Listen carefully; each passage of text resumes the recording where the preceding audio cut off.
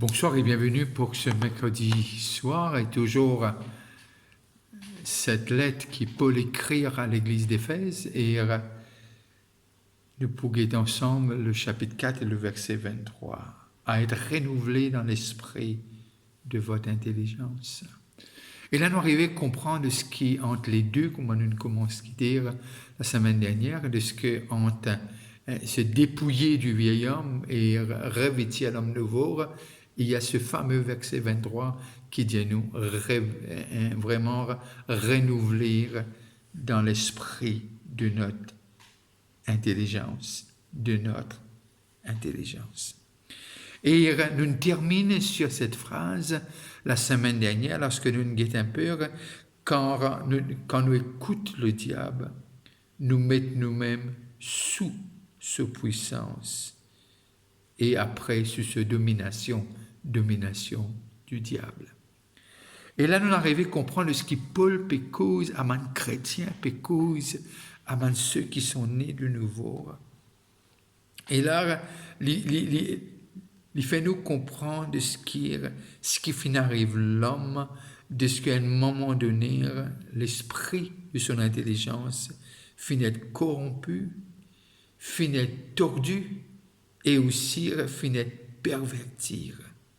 Et là, nous avons besoin de comprendre ce que arrive un moment après la chute, de ce que l'homme, pas capable, pense, comment l'homme finit de créer pour penser. Et là, Paul amène ce texte, surtout cette phrase, il dit être renouvelé dans l'esprit de notre intelligence. Et là, il fait l'église d'Éphèse comprendre.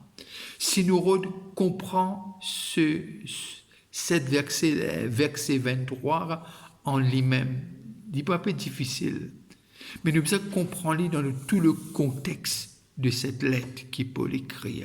C'est Paul écrire. Et pour nous capables d'être renouvelés, qui veut dire les nouveau, comme à ce l'état que Dieu a de nous cette capacité, et là, nous avons besoin de l'aide du Saint-Esprit. Nous ne sommes pas capables de faire lire sans l'Esprit Saint. Nous ne sommes pas capables de faire lire sans Dieu. Et là, non seulement nous ne sommes pas capables de faire sans lire, mais nous avons besoin de coopérer avec le Saint-Esprit pour que cela devienne une réalité dans nos vie.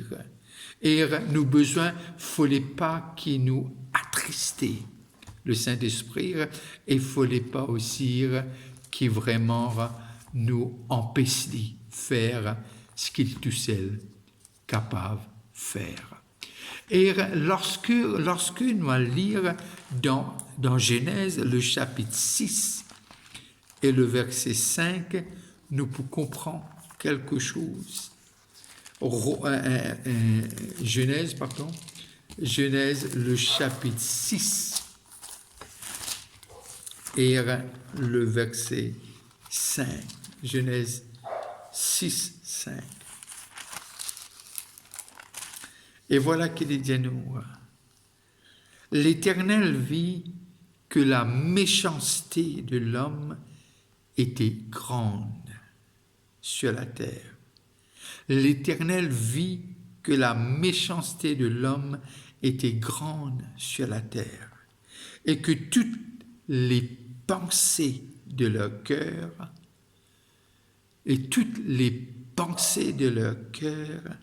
se portaient chaque jour uniquement vers le mal. Qui veut dire, après la chute, et là nous arrivons à comprendre d'après ce verset, maintenant l'esprit de notre intelligence l'y est porté uniquement vers le mal, pas vers le bien. Et ce qui finit d'arriver, cet esprit de notre intelligence, qui le sent même du pouvoir qui peut gouverner l'homme, finit être tordu. Et là, nous avons besoin de comprendre de ce qui est arrivé l'art de ce que l'homme n'est plus capable. Vraiment faire les choses comme on le tient créé pour faire. Mais moi, je peux dire par là que l'homme n'est plus dans l'intelligence. Pas ça qui me peut dire. Si nous guettons autour de nous, nous guettons un grand physicien, un grand docteur, un constructeur, architecte, etc. Nous trouvons que les facultés sont là, mais il n'est pas à 100% comment Dieu t'y crée. Comment Dieu t'y crée. Lorsque nous lisons dans Romains, toujours écrit par Paul, le chapitre 6 et le verset 19. Romains, le chapitre 6 et le verset 19. Et voilà qu'il dit à nous. Je parle à la manière de l'homme, à cause de la faiblesse de votre chair. De même donc que vous avez livré vos membres comme esclaves à l'impureté et à l'iniquité, pour arriver à l'iniquité. Ainsi, maintenant, livrez vos membres comme esclaves à la justice, pour arriver à la sainteté. Et là, lorsque nous lisons cela, nous arrivons à comprendre de ce que Paul explique à nos Romains, de ce que est un chemin du retour. Il dit pareil, je parle à la manière des hommes, à cause de la faiblesse de votre chair. De même donc que vous avez livré vos membres comme esclaves à l'impureté et à l'iniquité, pour arriver à l'iniquité, ainsi maintenant, livrez vos membres comme esclaves à la justice, pour arriver à la sainteté. La semaine dernière, nous trouvons comment Paul dit les traite sur les corps.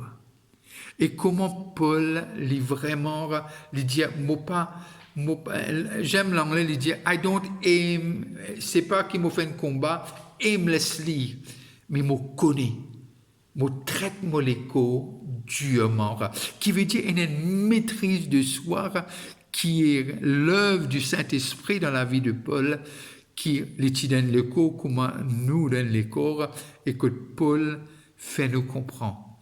Il y a un combat au quotidien. Il y a un combat que Dieu est de nous les hommes, mais il dit nous, c'est à nous de combattre.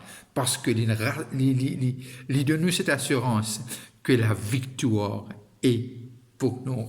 Alors, nous arrivons à comprendre ce que les facultés sont là, mais ce qui finit sans eux, c'est direction. Alors, de ce que l'esprit qui contrôle ces facultés et qui t'y gouverne, gouverné par l'esprit et par l'esprit de Dieu avec l'intervention, et maintenant il est gouverné par la chair après la chute. Après la chute. Parce que l'esprit de notre intelligence a été tordu. Et maintenant, l'hypial se propre, façon se propre. Je content ça, c'est l'expression qui longtemps nous habité dire là, qui comment dire, c'est volant là, sur la corde cassée. Et nous trouvons à lire, et il y a dans tous les sens. Mais quand Dieu nous met dans la main de Dieu ce fil, nous arrivons à comprendre, peu importe qui arrive, peu importe. Mais Dieu promène nous au bon port. Ah ben c'est pour cela, dans le texte qui Paul écrit cette lettre d'Éphésiens, il faisait comprendre de ce que maintenant que le sacrifice, que le prix a été payé, l'homme capable retourne vers son Dieu, retourne à cette capacité de pouvoir gouverner, être gouverné par l'Esprit de Dieu. Par l'Esprit de Dieu. Lorsque nous lisons dans 1 Corinthiens, le chapitre 2, 1 Corinthiens, le chapitre 2, le verset 13 et 14, qu'est-ce qu'il dit nous? Christ est-il, 2, C'est pas 1er 2, 13 et 14. Et voilà qu'il est dit à nous. Et nous en parlons non avec des discours qu'enseigne la sagesse humaine, mais avec ceux qu'enseigne l'Esprit, le grand Seigneur, employant un langage spirituel pour les choses spirituelles. Mais l'homme animal ne reçoit pas les choses de l'Esprit de Dieu. Qui les peut dire?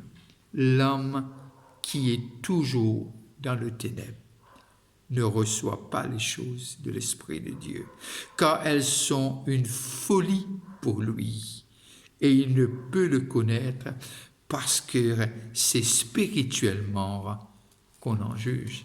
Je pense que le texte explique lui-même. Alors, après cette nouvelle naissance, quand l'homme est arrivé, sorti du ténèbre, il vient à la lumière, il comprend des choses qu'il n'est pas arrivé à comprendre. Et Paul dit à l'église d'Éphèse, renouvelé dans l'esprit devant l'intelligence, qui veut dire cet outil qui gouverne nous, il est restauré, si je suis capable de servir ce langage-là, il est restauré, et qui vraiment, nous l'intelligence, c'est un instrument qui est servi par Dieu, qui vraiment restaure nous l'esprit pour amener dans cet état de renouveau, pour renouveler et pour amener dans l'état que Dieu envie y était. Alors, l'esprit de nos pensées et qui nous besoin de comprendre de ce que lorsqu'il est restauré et lorsque nous sommes renouvelés dans l'esprit de nos pensées, et l'instrument qui est l'intelligence, il reste toujours l'intelligence. Et là, nous trouvons de ce que, moi, nous appelons ça the governing instrument. Cette puissance est restaurée. L'homme est vraiment comment se faire un exploit, comment Dieu t'y crée pour faire. Lorsque nous lisons dans Éphésiens, le chapitre 2, Éphésiens, le chapitre 2, le verset 1er à 5. Vous étiez morts par vos offenses et par vos péchés, dans lesquels vous marchiez autrefois, selon le train de ce monde, selon le prince de la puissance de l'air, de l'esprit qui agit maintenant dans les fils de la rébellion. Nous tous aussi, nous étions de leur nombre, et nous vivions autrefois selon les convoitises de notre chair, accomplissant les volontés de la chair et de nos pensées. Et nous étions par nature des enfants de colère, comme les autres. Mais Dieu, qui est riche en miséricorde, à cause du grand amour dont il nous a aimés, nous qui étions morts par nos offenses, nous a rendus à la vie avec Christ. C'est par grâce que vous avez été sauvés. Nous a rendus à la vie avec Christ. Quel texte! Quel texte! Et nous suivre dans cela, nous lire dans Romains le chapitre 1er, Romains le chapitre 8, verset 1er à 6. 1er à 6.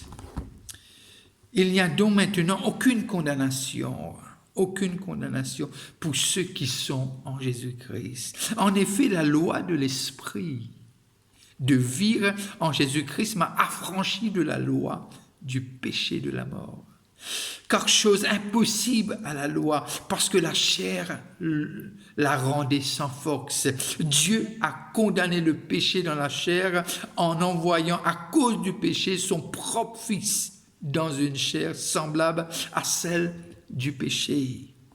Et cela afin que la justice de la loi fût accomplie en nous, qui marchons non selon la chair, mais selon l'esprit. Et cela afin que la justice de la loi furent accomplis en nous, qui marchons non selon la chair, mais selon l'esprit. Ceux en effet qui vivent selon la chair s'affectionnent aux choses de la chair, tandis que ceux qui vivent selon l'esprit s'affectionnent aux choses de l'esprit. Et l'affection de la chair, c'est la mort, tandis que l'affection de l'esprit, c'est la vie et la paix. Alors, quand un homme devient chrétien, l'esprit qui contrôle, c'est ça qui change. C'est ça qui change. Quand un homme devient chrétien, l'esprit qui contrôle, qui veut dire vraiment cet renouveau de cet esprit, notre intelligence-là, c'est ça qui change. C'est pas nous la tête, c'est pas nous la cervelle, c'est pas nos facultés, mais renouvelé dans son esprit, de son intelligence. Et quand l'esprit de Dieu pénétrait, quand l'esprit de Dieu vient habiter en nous, l'esprit de notre intelligence est restauré. Et Dieu prend contrôle, encore une fois, de notre esprit et il dirige notre esprit. Les fils et les filles sont ceux qui sont dirigés par l'Esprit de Dieu. On ne peut pas être fils et fille de Dieu sans recevoir l'Esprit et être dirigé par l'Esprit. Celui qui prend contrôle, c'est ça l'essentiel. C'est ça qui Paul insistait pour dire à l'Église, ma membre d'Éphèse, être renouvelé entre les deux, encore une fois, dépouiller le vieil homme et revêtir l'homme nouveau. Et 23, le verset 23 du chapitre 4 dit nous, renouvelé dans l'esprit de notre intelligence, qui veut dire que l'esprit de Dieu reprend contrôle de notre esprit. Et que cela y est renouvelé, y est éliminé. Et que les choses anciennes sont passées et toutes les choses deviennent nouveaux. Et nous façons même de voir les choses changer. Nous façons comprendre les choses changer. Et nous arriver trouve comment Dieu a envie de nous trouver. Et à partir de là, nous trouver de ce qui est le changement qui arrive en premier. C'est le changement intérieur, mais il est tellement flagrant en dedans qu'il transperce ce corps et il devient visible dans nos langages, dans nos pensées, nos langages et nos actions. Et nous pensent la façon que Dieu a envie de nous penser, qui veut dire maintenant nous sommes esclaves de la justice, esclaves de l'Esprit de Dieu, qui veut dire nous soumettons-nous à ce que Dieu a envie de nous. Et à partir de là, nous arrivons à comprendre la vie chrétienne, divine, beaucoup plus facile. Et nous arrivons à comprendre, c'est par la chair, les hommes avec lesquels nous faisons nos combats, ils ne sont pas charnels, mais ils sont puissants pour renverser les forteresses, pour renverser les raisonnements qui s'élèvent contre Christ. Alors, être renouvelé dans l'esprit de notre intelligence, c'est quelque chose qui peut vraiment changer nous. Et c'est ça, c'est là que nous reconnaissons un chrétien et un non-chrétien. Et c'est ça qui fait la différence. Et c'est ça qui vraiment, qui Romains 8, 19 dit, la création attend que les fils de l'homme se renouvellent. Qui vraiment se révèle, afin qu'ils soient capables d'être cette armée que Dieu il envoie ce garçon pour mourir. Et à travers cela, nous capables de représenter nous, bon Dieu, dignement sur la terre. Sur cette phrase, je dois prendre congé de vous et je vais vous dire, n'arrêtez pas de prier pour le pays. Priez pour le réveil. S'il vous plaît, pensez à moi dans vos prières Et que la lumière de sa face paraît briller, nous, et que Dieu garde nous plus près avec lui que jamais. Alors si vous passez à table, je veux vous dire bon appétit. On se voit jeudi à 7h et on se voit aussi dimanche 9h ou 11h. Invitez quelqu'un à l'église, invitez quelqu'un. Et je pense que ce que Dieu attend de nous, qui nous capable, nous prenons honte pour inviter quelqu'un, pour venir écouter la parole de Dieu. Bonne fin de soirée, on se voit bientôt. Allez, à plus. Bye bye.